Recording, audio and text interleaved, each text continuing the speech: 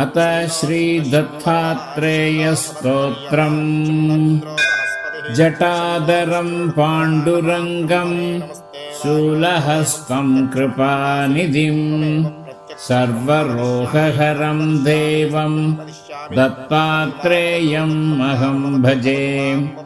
अस्य श्रीदत्तात्रेयस्तोत्रमहामन्त्रस्य भगवान् नारदर्षिः अनुष्टुप्छन्दः श्रीदत्तः परमात्मा देवता श्रीदत्तात्रेयप्रसादसिद्ध्यर्थे प्रीत्यर्थे जपे विनियोगः।